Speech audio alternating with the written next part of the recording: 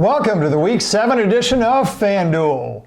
We had a good Week 6. We earned 123 points on our cash lineup, good for 31st percentile. We'll talk a little bit about that and get you all the lineup strategies and picks for your cash and GPP lineups for Week 7, all coming up next.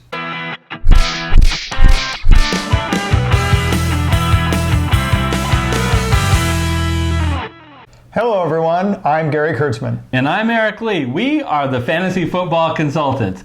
Gary, we were not able to repeat the magic that was our GPP the previous week where we finished so high. That's a high bar, my friends. But cash game was good. We did well there. I want to also congratulate our Week 6 winners for our contest that qualify you for our league that begins in Week 11. Those winners were In the Box and Ernest Aquina. So they are now qualified. If you're not sure what we're talking about, at toward the end of the year, we're going to run 4 weeks of a contest. Once you're qualified, it's free to enter for the qualifiers, and you can win in FanDuel up to $160. So get in your picks. And Gary, what's the contest for this week? The contest for this week is pick among the main slate of games what you think is going to be the highest scoring flex position. So it's the same contest essentially as last week. So the flex position does not include a quarterback, but of course, running back, wide receiver, tight end. Again, I want to emphasize main slate of games. Please do 3 things actually, all in the comment section of this video by 10 o'clock Pacific time Sunday morning. We want 3 things. We want your name, because hey, we got to know who you are. Well, right? Specifically your FanDuel username. we want that too. So all right, we want your name, we want your FanDuel username. Okay, so we want both of those things. We also want, of course, your winner. Who do you think is going to do? Who's going to do the best in the flex position? And finally, as an added extra ask, we want who you think will come in second in the flex position. Why do I ask for that? In case of tiebreakers, if more than 2 people pick the same winner. And again, please, all by 10 o'clock Pacific time in the comment section of this video. Okay, we got, Gary, a few really interesting mailbags, so we want to do it right now. Let's open up our mailbag. Mail call. Gather around, everyone. Well, let's see what's in the mail. What's this? A letter for me. Gary Regis says, I want to thank you for putting out a fantasy program that is more statistically based than just opinion. It is. Keep up the great work, and I will be spreading the word. Thank you so much, Regis. That is what we're trying. We want to be entertaining, but we also just want to we're not doing whims up here. We are doing analysis. So thank you so much for recognizing that. And thank you so much for helping spread the word. We really, really appreciate that. You guys can help spread the word by hitting a like to this video. It helps us get noticed among all the other DFS content out there. And also, if you haven't yet, please hit the red subscriber button. That helps our channel get noticed as well. And that will help Eric and I continue to give you all of this valuable content, which right now we give away for free. So please, we need the subscriber list to keep growing in order for us to keep doing that. And Eric, just maybe for 10 seconds, just to remind viewers, I appreciate you mentioning that it was statistical in nature. We don't say it much, but we have very strong backgrounds and careers leading modeling units of Fortune 50 companies.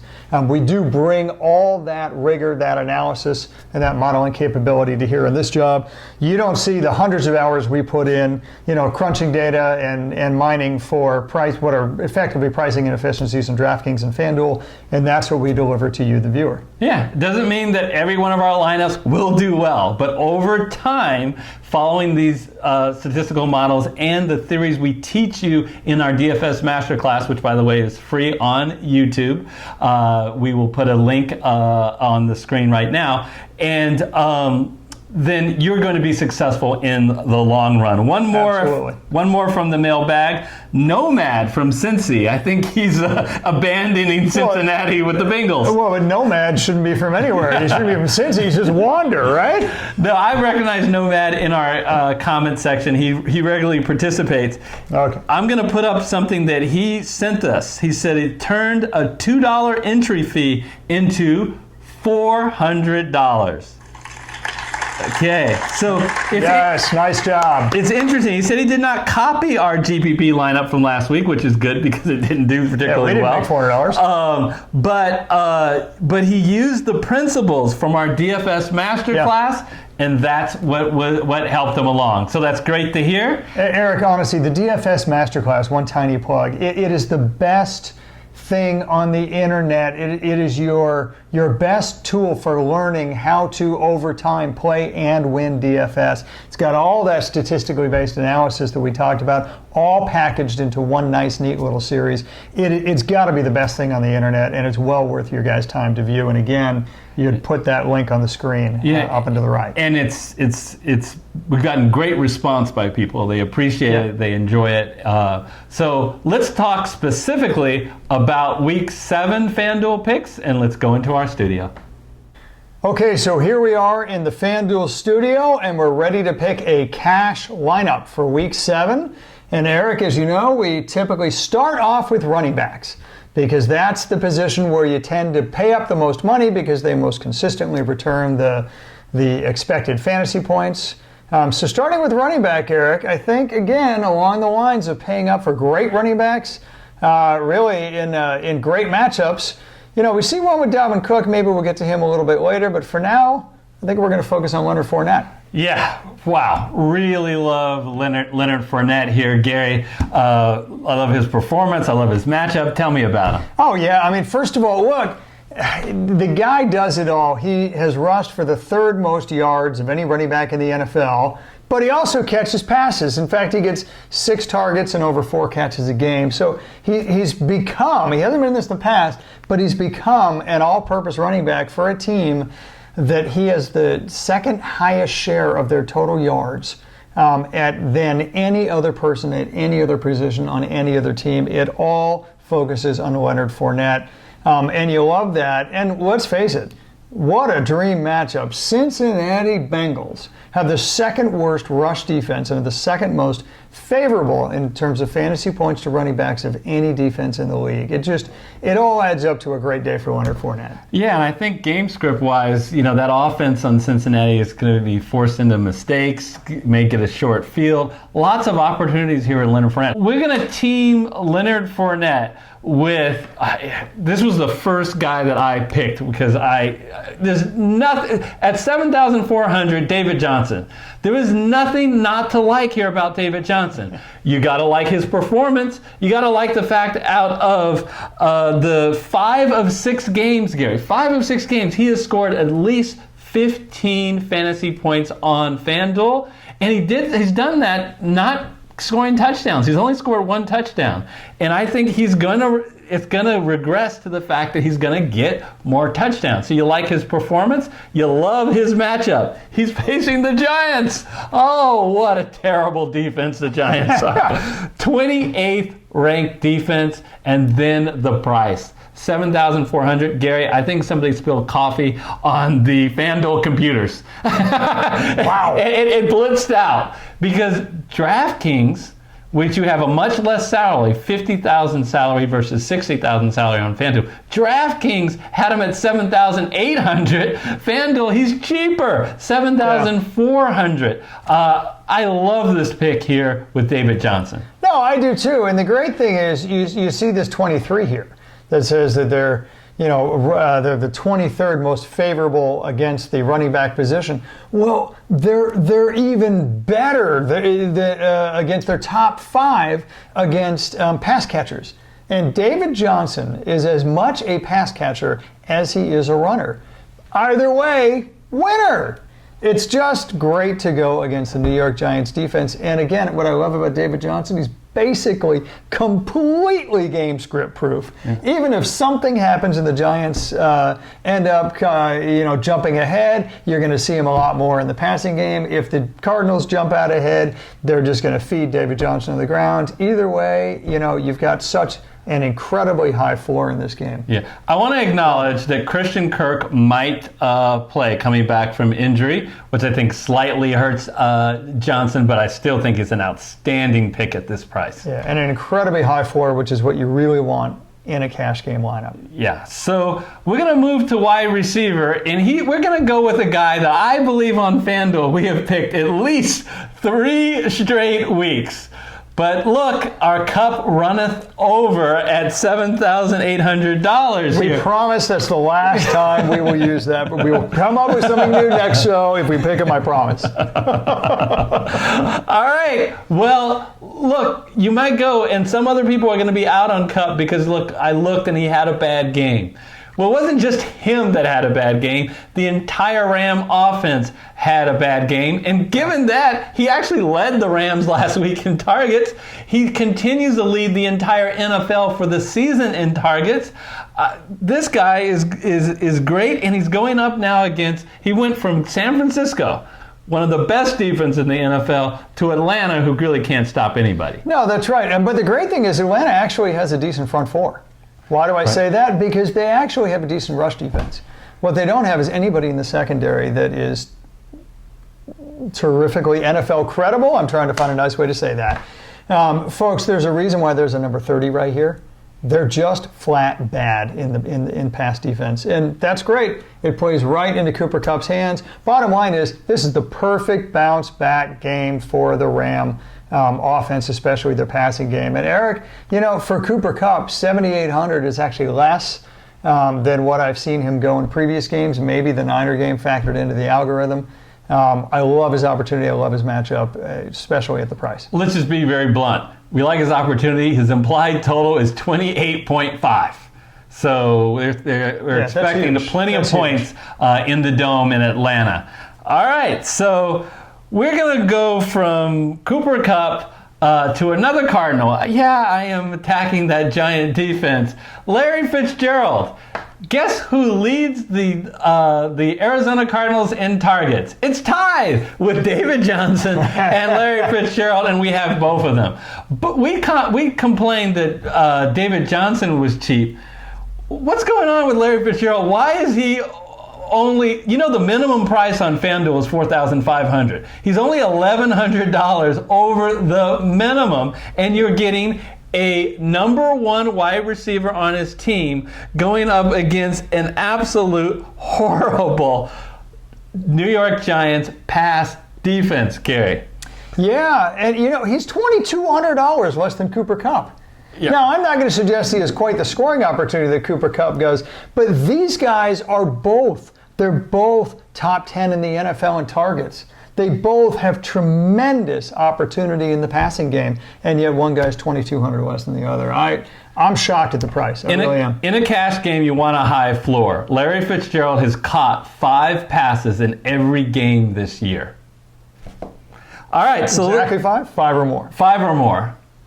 5 or more. And I'm expecting more against that New York Giants 29th best, you want to call it that? Pass defense. What a great opportunity. So, Eric, we're going to go right in kind of the same salary band here for the next wide receiver pick. I ain't going to scroll Which down means we're much. Saving big time money at only $5,500. And again, I think this is going to be a great opportunity. This is much about matchup and game flow as it is everything else. And I'm talking about Calvin Ridley. $5,500, Eric, so we're saving a lot of money, just $1,000 above the minimum for crying out loud for FanDuel. And look at who the Atlanta Falcons are playing. They're playing the Los Angeles Rams that just acquired Jalen Ramsey, who will almost, given the Rams' proclivity for playing man defense, he will almost assuredly shadow Julio Jones. Who does that leave as your primary pass catcher on the Falcons, Eric? Yeah, but Ridley will be against Aqib Talib. Oh, Well, no, Marcus Peters? right, exactly. A keep on the IR. Peters now on Baltimore. You know, let's face it, he's going to be opposite a nickel corner. And what an incredible opportunity for Calvin Ridley, especially because if Jalen Ramsey does a good job of shadowing Julio Jones, and I say if, just to be fair, because Julio Jones is talent for talent, at least a top 5, maybe a top 3 receiver in the NFL. Yeah. And Jalen Ramsey will only have been on the Ramsey grand total of 3 days. Yes. So there are some wrinkles here to be sure, but I think it's fair to say if Jalen Ramsey is shadowing you, the wide receiver 2 on your team is going to get a lot of opportunity. And yeah, that's Calvin Ridley at 5,500. And again, what Eric talked about, high floor, that kind of opportunity for somebody that's so innately talented as Calvin Ridley that he was a first-round draft pick a few years ago. You know, that just screams incredibly high floor. So it's a great matchup, great game flow for Calvin Ridley at $5,500. Well, we don't expect Calvin Ridley to do it all by himself.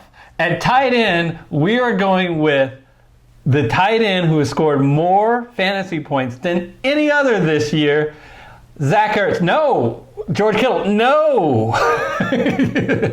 Travis Kelce. I was waiting for you to say that. No for all of them. It's Austin Hooper, Gary. And once again, a wonderful game script here going against the Rams, high implied total.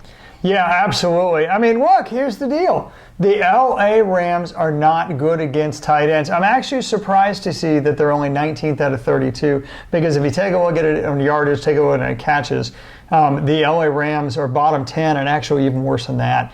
It may have just been through small sample size the tight ends aren't scoring touchdowns against the Rams, but believe me, Hooper will have the opportunity to do just that. I think it's a fantastic matchup to have tight ends to go against the Rams, especially the number 1 tight end in football at Austin Hooper. Yeah. All right, so Gary, we're getting a scope of where we can go at quarterback, and I'm seeing $6,400, and I think we have enough money to spend at the flex position. Yeah, so, you know, we got $19,200 remaining. We got 3 positions left to pick. Flex is where you're going to spend the most money. So, Eric, well, I think we can splurge a little bit here and get cooking. What do you think? I thought I was going to say I can smell what you're cooking. Okay, we're just doing all the puns this week, folks. Mr. Dalvin Cook, let's talk about him because, A, he's fantastic in his own right. Okay, he's got the second most running back fantasy points this year. And Christian McCaffrey's not available, this week because of a bye. So Dalvin Cook, so he's obviously got just a tremendous talent. But Eric, you gotta love the matchup too. The thing about the Lions is they actually have a decent pass defense. Darius Slay has a lot to do with that. Yep. What they have is a terrible run defense. That's how you attack Detroit is on the ground. They have the 3rd worst rush defense and also 3rd friendliest in total fantasy points to running backs. And so you've got a dream running back and a dream matchup. And oh, by the way, Dalvin Cook, Minnesota is top 4 in share of offense with the run versus the pass, so you know he's going to get tremendous opportunity. Oh, and by the way, Minnesota's favored to win and a relatively high over and under. So all of this just combined screams incredible opportunity for incredible talent. Too tough to pass up. Dalvin Cook has been very predictable this year. In matchups against very tough defenses on the defensive line, Philadelphia and Chicago, he struggled. 15 carries on average for 38 yards. They still use him, but he struggled. But he has not struggled against any type of an average or a below average defense. And like you said, this is where it is. Well below average. Yeah. And 20 carries on average for 127 yards. Wow. And he gets involved in the passing game, almost 4 catches a game. And he gets all the goal line touches too, and there should be some for Minnesota in this game. So for $8,300, we're willing to spend the money, and and we can afford it. And speaking of afford it, let's go back to quarterback and decide we cannot afford the top ones. We cannot afford the top ones, but I think that's okay for this slate, Eric. Yeah. I really do. It's a luxury, remember, to pay up at quarterback. It's not a necessity. Usually you can find a mid-range quarterback that you think that will return value, and that is exactly the case this week with Jacoby Brissett. Absolutely, and you got a couple other good choices. I think Jimmy Garoppolo is a good choice against Washington. I think that's a great matchup, and I think Jimmy Garoppolo is even a better talent than we've seen this year. Bias much? Okay, I'm a Niner fan. I get it. Here we go, pile on. But Jacoby Brissett, I think, is almost criminally underpriced. Look, I'm not going to sell you on the fact that Jacoby Brissett is the best quarterback in the NFL. He's not. But I'll tell you what he is. He is an incredibly consistent quarterback. Other than the Kansas City game, and why do I say other than the Kansas City game? Because everybody and your mother now knows the way to beat Kansas City on the ground. They just can't stop anybody on the ground. And what we've seen for the last two games, Houston and now Indianapolis, is they will run running backs down the throat. That is a kind of a special outlier game. For the entire rest of the season, Jacoby Brissett has thrown for multiple touchdown passes per game. And why do I say that stat? Because Houston does not have a good pass defense. The over-under suggests that Indianapolis is going to have multiple times that they're going to get in the red zone for chances to score. And you know that Jacoby Brissett is going to be throwing the ball because, especially if you're a Marlon Mack fan, much to your chagrin, they are top 5 in terms of pass percentage versus rush percentage when they're in the red zone. That's why Jacoby Brissett throws for multiple touchdowns a game. And for that opportunity, at only $7,300, I think he's got an incredibly high floor. And Houston has a good rush defense, so they're not going to be able to just pound Mac all Right. game. So really good. I always have said historically Indianapolis's passing game is always much better at home in the Dome. So let's take advantage of that. Absolutely. So Eric, now that we just hit Jacoby Brissett for $7,300, we have $3,600 for a defense. All right. So at $3,600, which is not much, we're going to take all of Jacoby Brissett's friends on the defensive side, the Indianapolis Colts. Look, only 5 defenses are lower priced on FanDuel. However, this is what we get by getting the Indianapolis Colts. We get a defense that's at home. We get a defense that is favored. We get a defense that's coming off a bye. We get a defense that has sacked an average 2.6 sacks per game. These are all good things. They're getting linebacker Darius Leonard back from injury. Mm-hmm. And you may recall at the beginning of this year, the Houston Texans had a terrible time, their offensive line protecting Deshaun Watson, who sometimes holds the ball too long. Now they've gotten a lot better in the last couple of weeks, but their right tackle, Titus Howard, is not going to play in this week, and that could cause some problems. Oh, yeah. I mean, look, Indianapolis is a very good defense, period. Anytime you can get that quality against Houston, which I got to tell you again, just by what you're talking about with their offensive line woes, yeah, I think you got to take it because let's face it, pass rush against a bad offensive line can cause all kinds of things. Turnovers, maybe you get a pick six, certainly sacks. I think it's pretty easy to see a lot of different game flow possibilities for the Colts defense to return their value. We're seeing another situation we talked about in another video where Houston may score some points, but Indianapolis could score fantasy points with sacks and turnovers. The worst thing sometimes in kicking a defense is picking against a very conservative offense that's just going to run the ball the entire time. And that's certainly not Houston, that's for sure. All right, so our cash game lineup, for those that are tuning in on iTunes, we'll repeat it. Remember, if you want to catch our DFS contact, our simulcast of our YouTube video is on a podcast on iTunes. Simply go to iTunes, search for Fantasy Football Consultants, and our podcast will pop up. Mm-hmm. And hopefully, if you don't mind, we'd love it if you give us a 5-star review, assuming that you like our content. Our lineup is at quarterback is Jacoby Brissett. Really happy about Fournette and Johnson at running back, as well as Dalvin Cook in that flex position. The receivers are Kupp, Fitzgerald, and Ridley.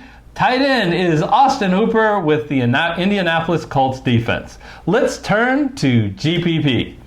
So 2 weeks ago, Gary, we hit pay dirt in our FanDuel GPP. We finished second out of 578 players, turned $1 into $50. We did not do well last week, so let's see if we can get back on track this week with our GPP lineup. We're going to take a shot at it, and we start with a stack. And yeah, tell me about that stack, Eric. It looks like you might have gone with that Falcon-Ram game. Yep, we're going to attack that game, and we're going to attack the concept that that Jalen Ramsey is going to play and is going to be on Julio Jones. So we're going to go with Matt Ryan and Calvin Ridley on one side, and on the other, Cooper Kupp.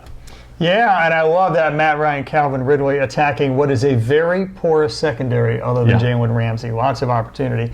And yeah, the over-under for that game is one of the biggest that Vegas offers this week. So to have both sides of that game, I think is a great play. I really think it's a shootout potential. Just remember what happened when the Rams-Tampa Bay game. You know, those two teams, neither could play defense, and it just was a lot of scoring. I'm betting on that here. So tell me about, you got a couple other running backs. You got Joe Mixon and you got Tevin Coleman here in the lineup. Tell me about one of those two. Yeah, well, let me tell you about Joe Mixon. I would not want to play Joe Mixon in cash because I don't think he has a high floor. But you can see a scenario where he goes off. People forget how talented Joe Mixon is and how much the Bengals, if they can stay in this game, will rely on him. The lines makers at least think so. It's only a 3-point spread. And boy, I love his potential to, you know, he's the workhorse back, he's the goal line back, and he will even get involved in the passing game. And, you know, people forget he was the AFC's leading rusher last year. Yeah. I mean, that's literally how talented the guy is. So, you know, I noticed we have somebody who, boy, seems like the ultimate GPP player, and we found that out a week or two ago, Will Fuller. Yeah, before we get to Will Fuller, I just want to make one more comment that how you usually attack Jacksonville is on the ground. They're much weaker on the ground than in the air. But I'd like you to comment, because you're the San Francisco fan, on our final running back, Tevin Coleman. As a GPP play, what do you think? Yeah, now again, I noticed that you said as a GPP play. As a cash play, it's tough because he has a lower floor because, of course, he's in a timeshare. Yeah. Right? But for a GPP play, now bear in mind, Tevin Coleman is the 1A to Matt Breida 1B. Right? Yeah. And so Tevin Coleman is your starting running back against really an atrocious run defense. So against Washington, you have a hell of an opportunity to run it down their throats. And remember, the Niners are a rush team first, a pass team second. We've been that way all year. That's our identity, even as banged up as we are. And so if we can we're going to get a game flow scenario that the Niners are going to be up and they're going to run. Washington's terrible. It's just a question of who's going to get the yards and who's going to get the goal line carries. Is it going to be Tevin Coleman or is it going to be Matt Breida? Eric, it probably depends, quite frankly, on whose series it is. Mm-hmm. But man, Tevin Coleman is going to get a lot of series and a lot of opportunities to do a lot of damage against an awfully weak Washington run defense. Yeah, your defense is so good. The San Francisco 49er defense, I think, is going to create lots of opportunities for the offense. Threes and outs and turnovers, short field, for Tevin Coleman can benefit. You asked me about Will Fuller. It's simple. It's GPP. It's the third week in a row that we're going with Will Fuller because he is such a boom and bust guy. Yeah. He busted last week, but he really boomed 2 weeks ago. And in the Dome, again, I think he's worth a GPP play at a reasonable $6,300 price. Well, and Hopkins has traditionally done poorly against Indianapolis in their secondary. So you got to start looking for the 1B and 1C receivers. So I think Will Fuller's in a great matchup from that standpoint. Speaking of good matchups, what do you think about our tight end, Evan Ingram? Well, I first of all, I love the fact that he's back, that he's healthy, frankly, because pound for pound, he's one of the most talented tight ends in the league. And the best part about it is, you know what? They got Saquon Barkley back too, so that offense now should start getting humming a little bit more. It's not a high-octane offense, but when you have such a limited amount of weapons, you got Barkley and Ingram, and then basically nobody else. Even if Sterling Shepard comes back, he's coming off an injury. Golden Tate calls, and he's offended that go ahead and be offended. No one else. He is a non-explosive possession receiver that probably just used up his 100-yard game against New England because there was nobody else to throw to. Look, we'll change his name to Silver Tate. Go on.